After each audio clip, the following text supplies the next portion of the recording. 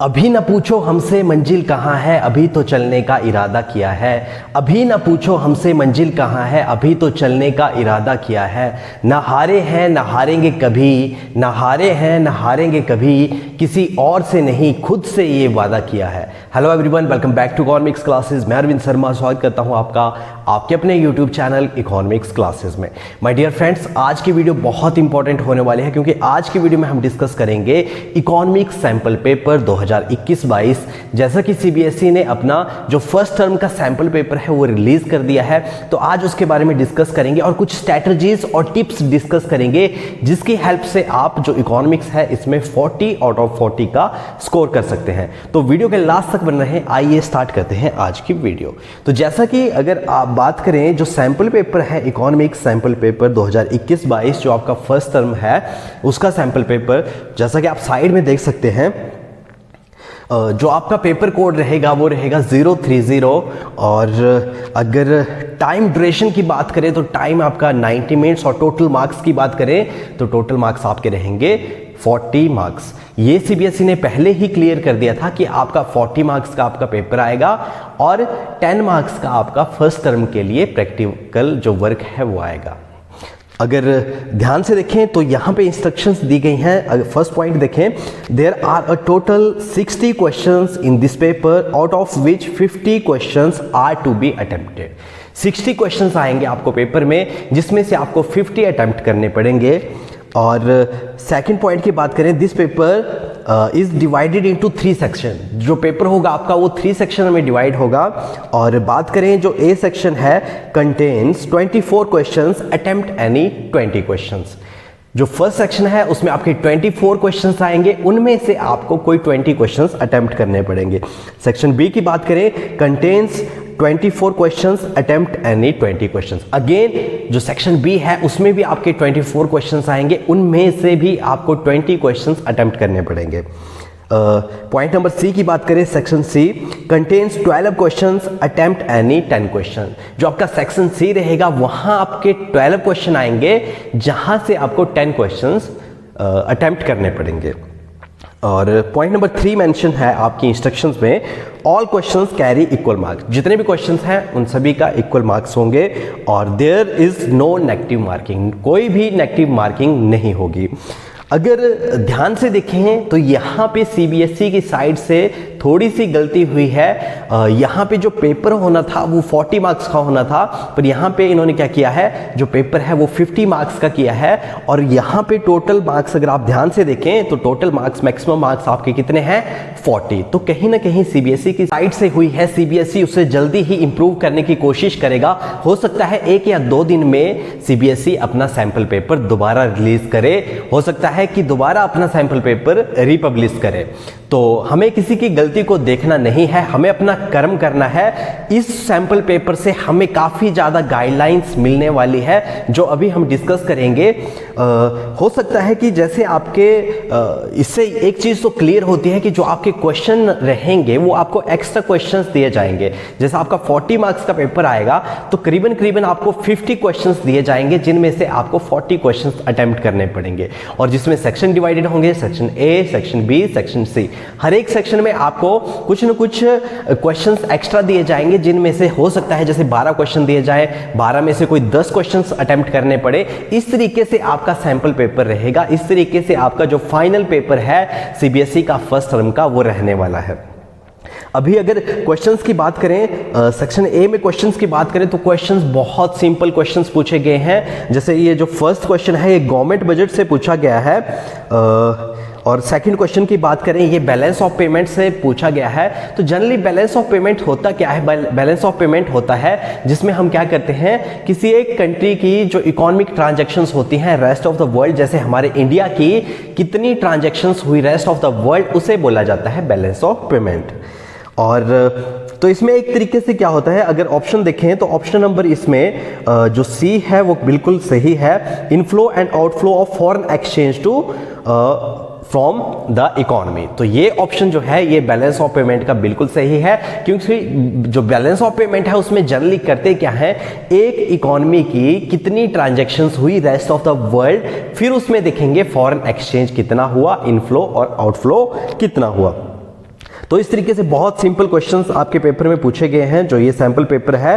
और अगर question number 6, जैसा कि आप साइड में देख सकते हैं, एक सिचुएशन दी है, एक इकोनॉमिक्स के टीचर की सिचुएशन दी है, तो उसमें बोला गया है minimum percentage of the total deposit to be kept any commercial bank with the central bank of the economy. तो ये कॉन्सेप्ट से उठाया गया है क्वेश्चन, ये मनी क्रिएशन का जो टॉपिक है वहां से क्वेश्चन उठाया गया है। तो इसका जो ऑप्शन नंबर ए है कैश रिजर्व रेशियो, वो बिल्कुल सही है। तो इस तरीके से बहुत इजी क्वेश्चंस पूछे गए हैं और कुछ क्वेश्चंस घुमा फिरा के पूछे गए हैं, लेकिन आपके टॉपिक से हैं, बाहर से कोई भी क्वेश्चन नहीं पूछा गया है। जैसे क्वेश्चन नंबर 11 है industrial policy resolution 1956 form the basis of the 5-year plan. तो जो हमारे जो सेकंड इंडस्ट्रियल रिवोल्यूशन हुआ था, जो रेजोल्यूशन हुआ था, ये हुआ था हमारा सेकंड 5-year प्लान।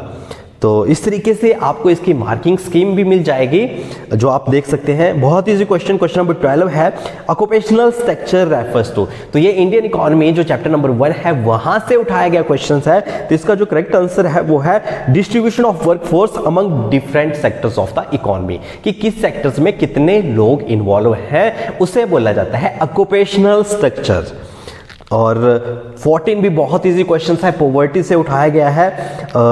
तो इस तरीके से बहुत इजी क्वेश्चंस यहाँ पे आपको देखने को मिलेंगे। क्वेश्चन नंबर 18 जो है वो नाबार्ड से उठाया गया है। नाबार्ड एक बहुत इंपॉर्टेंट क्वेश्चन, जो क्वेश्चन है, कॉन्सेप्ट है आपके इंडियन इकोनॉमिक डेवलपमेंट के रूरल डेवलपमेंट में। तो इसका जो करेक्ट आंसर होगा ये क्या है, जो नाबार्ड है वो एक एपेक्स इंस्टीट्यूशन है, मतलब हेड ऑफ द इंस्टीट्यूशन है जितने भी हमारे क्रेडिट प्रोवाइड करवाते हैं।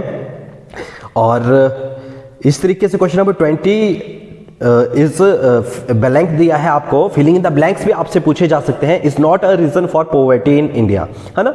तो कहीं ना कहीं इसमें बहुत इजी जो ऑप्शन है वो दिए गए हैं। इसमें जो बिल्कुल इजी है ऑप्शन, जिसको हम डायरेक्टली कह सकते हैं कि ये पॉवर्टी का नहीं है, तो ऑप्शन नंबर बी अगर आप ध्यान से देखें, rise in per capita GDP, ये रीजन नहीं है हमारे पॉवर्टी का हमारे इंडिया में। तो इस तरीके से काफ़ी घुमा फिरा के क्वेश्चंस दिए हैं कुछ, पर ओवरऑल अगर देखा जाए तो काफ़ी इजी आपका पेपर है। जो सैम्पल क्वेश्चन पेपर है उसके अकॉर्डिंग अगर देखा जाए तो काफ़ी आपके क्वेश्चंस जो हैं वो आपके टॉपिक से रिलेटेड है। कोई भी क्वेश्चन आपके टॉपिक से बाहर नहीं आपको देखने को मिलेगा। सारा जितना भी आपके क्वेश्चंस हैं वो आपके टॉपिक से ही रिलेटेड है, चाहे वो मनी एंड बैंकिंग है, चाहे गवर्नमेंट बजट है ना, तो चाहे प्राइमरी डेफिसिट है। जो गवर्नमेंट बजट के हमारे 3 फॉर्मूले हैं, एक प्राइमरी डेफिसिट का है, फिजिकल डेफिसिट का है, वहां से डेफिनेटली 100% चांसेस है वहां से क्वेश्चंस आएगा। अगर इस क्वेश्चन पेपर में देखा जाए, जो सैंपल क्वेश्चन पेपर है, तो इसमें सॉल्व करने के लिए दिया गया है एक न्यूमेरिकल, जो कि गवर्नमेंट बजट से रिलेटेड है। तो इस तरीके से आप इस पीडीएफ को डाउनलोड कर सकते हैं। इसका जो लिंक है वो आपको मेरे डिस्क्रिप्शन में मेरे टेलीग्राम का लिंक मिल जाएगा, जहां पे जाके आप इसको इजीली डाउनलोड कर सकते हैं। अगर आप चाहते हैं कि मैं इस क्वेश्चन पेपर को सॉल्व करवाऊं, बिल्कुल डिटेल में सॉल्व करवाऊं, तो कमेंट बॉक्स में कमेंट जरूर करें, मैं डेफिनेटली इस क्वेश्चन पेपर को सॉल्व करवाऊंगा। अब अगर बात करें कि कैसे तैयारी करनी है, तो ये सबसे इंपॉर्टेंट है। किसी भी बड़े काम को करने के लिए एक प्रॉपर प्लानिंग का होना बहुत जरूरी है। बिना प्लानिंग के कुछ नहीं है, बिना प्लानिंग के कोई भी काम सक्सेस नहीं है। तो किसी भी बड़े काम को करने के लिए एक प्रॉपर प्लानिंग का होना बहुत जरूरी है। हमें पता है कि हमारे पास जो टाइम पीरियड है बहुत कम टाइम पीरियड है, वेरी शॉर्ट टाइम पीरियड है, और हमें इसका प्रॉपर यूटिलाइजेशन करना है ताकि हम एक अच्छा स्कोर कर सकें और अच्छी नॉलेज गेन कर सकें। अगर बात करें स्टार्टिंग की, तो स्टार्टिंग कैसे करें? इजी टॉपिक से स्टार्ट करें, इजी टू डिफिकल्ट। जो इजी टॉपिक हैं, जो हमारे चैप्टर्स हैं, उनसे स्टार्ट करें। इजी चैप्टर्स से स्टार्ट करके डिफिकल्ट चैप्टर्स पे धीरे धीरे कोशिश करें। और अगर बात करें स्ट्रैटेजीज कैसे स्टार्ट करें, स्टार्टिंग में छोटे छोटे स्टेप्स लेके चलें। स्टार्टिंग में ये बिल्कुल ना सोचे कि मैंने एक दिन में मैक्रो कंप्लीट करनी है, एक दिन में मैंने बिजनेस स्टडी कंप्लीट करनी है, एक दिन में मैंने ये करना है कंप्लीट।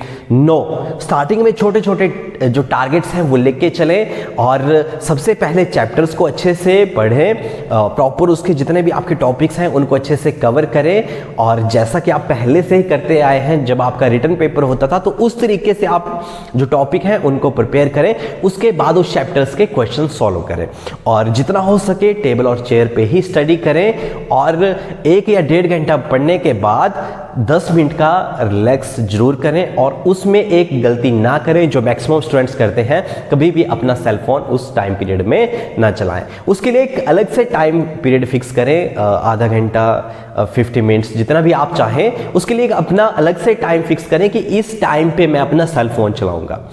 जब आप पढ़ाई कर रहे हैं या आपने अपना सोचा है कि मैं 6 to 7 आवर्स स्टडी करूंगा, तो उसके टाइम पीरियड के बीच में कभी भी अपना सेल फोन ना चलाएं, क्योंकि ये वो डिवाइसेस हैं जो हमें डिस्ट्रैक्ट करते हैं। हमें ये अपने कंट्रोल में रखने हैं, हमें इनके कंट्रोल में नहीं आना है। बाद क्या करें, उसके बाद उसको 1-2 बार रिवाइज करें, उसके बाद उसके क्वेश्चन सॉल्व करें। जो आपका इंडियन इकोनॉमिक डेवलपमेंट है उसके भी क्वेश्चन सॉल्व करें, मैक्रो इकोनॉमिक्स के क्वेश्चन सॉल्व करें और पर्टिकुलर बुक से ही ना क्वेश्चन सॉल्व करें। जैसे मैक्रो इकोनॉमिक्स है तो मैक्रो इकोनॉमिक्स के जो संदीप गर्ग की जो बुक है वहां से भी क्वेश्चंस को सॉल्व करें और उसका पीडीएफ लिंक भी आपको मेरी डिस्क्रिप्शन में जो टेलीग्राम चैनल है वहां पे आपको मिल जाएगा। मैक्रो प्लस जो संदीप गर्ग है इंडियन इकोनॉमिक डेवलपमेंट और जो हमारी मैक्रो इकोनॉमिक्स है, मतलब बोलने का मतलब ये कि जो आपके टीआर जैन है प्लस संदीप गर्ग, इन दोनों के क्वेश्चन हमें सॉल्व करने हैं, चाहे वो मैक्रो इकोनॉमिक्स है चाहे इंडियन इकोनॉमिक डेवलपमेंट है। और मैं वो क्वेश्चंस आपके लिए जल्दी ही लेके आने वाला हूं। जितने भी आपके चैप्टर्स जो हैं वो फर्स्ट टर्म में आएंगे, उन सब के क्वेश्चन मैं आपको प्रोवाइड करवाऊंगा ताकि आपकी ज़्यादा से ज़्यादा हेल्प हो सके। और बहुत सारे स्टूडेंट्स का ये भी क्वेश्चन रहता है कि कैसे पेपर की तैयारी करें। तो पेपर की तैयारी करने के लिए सबसे बढ़िया है कि सबसे पहले अपना माइंड सेट करें, प्लानिंग करें कि कल मैंने ये टॉपिक मैंने पढ़ने हैं। रात को सोने से पहले ये डिसाइड करें कि कल मैं ये चैप्टर्स कंप्लीट करूंगा, कल मैं मनी एंड बैंकिंग और गवर्नमेंट बजट जो चैप्टर है वो कंप्लीट करूंगा।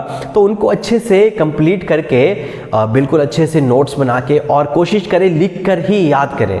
लिख कर याद करने से क्या होता है, जब हम लिख कर याद करते हैं तो कहीं ना कहीं हमारे ये 2 पॉइंट प्रेस होते हैं और जब ये 2 पॉइंट प्रेस होते हैं तो कहीं ना कहीं हम ध्यान मुद्रा में आ जाते हैं। ये होती है हमारी ध्यान मुद्रा और जो भी हम लिख के याद करते हैं उसमें काफ़ी ज़्यादा चांसेस हो जाते हैं चीज़ों को याद रहने के। तो इस तरीके से तैयारी करें और मेरी आने वाले टाइम में मेरी जो कोशिश है वो यही रहेगी कि मैं एक अच्छा मटेरियल आपके लिए लेके आऊं ताकि आपकी ज़्यादा से ज़्यादा हेल्प हो सके और जितने भी आपके फर्स्ट टर्म के जितने भी आपके चैप्टर्स हैं वहाँ से सारे के सारे आपको क्वेश्चन प्रोवाइड करवाने की कोशिश करूँ। और जब मैं इसको स्टडी कर रहा था, जो आपका सैम्पल क्वेश्चन पेपर है, अगर इंडियन इकोनॉमिक डेवलपमेंट की बात करें तो सबसे अच्छी बात जो है वो ये है कि मेरी प्लेलिस्ट में जो इंडियन इकोनॉमिक डेवलपमेंट की प्लेलिस्ट है वहां पे आपको chapter number 1 Indian economy on the eve of independence से लेके developmental experience between India, Pakistan and China, जितने भी इंपॉर्टेंट क्वेश्चंस हैं, ऑब्जेक्टिव टाइप क्वेश्चंस हैं, वो सारे के सारे आपको मेरी प्लेलिस्ट में मिल जाएंगे। और भी मैं आपको क्वेश्चंस लाने की जल्दी से जल्दी कोशिश करूंगा ताकि आपकी ज़्यादा से ज़्यादा हेल्प हो सके। और बहुत सारे क्वेश्चंस जो कि हैं वो मेरी प्लेलिस्ट से जितने भी चैप्टर्स हैं, मैंने ऑब्जेक्टिव टाइप क्वेश्चंस की जो सीरीज बनाई थी वहाँ से काफ़ी ज़्यादा क्वेश्चंस जो इंडियन इकोनॉमिक डेवलपमेंट के हैं वो इस सैम्पल क्वेश्चन पेपर में देखने को आपको मिलेंगे। तो अगर वीडियो अच्छी लगी हो तो वीडियो को लाइक, शेयर और कमेंट जरूर करें और इसी तरह से सपोर्ट करते रहे। Thank you so much.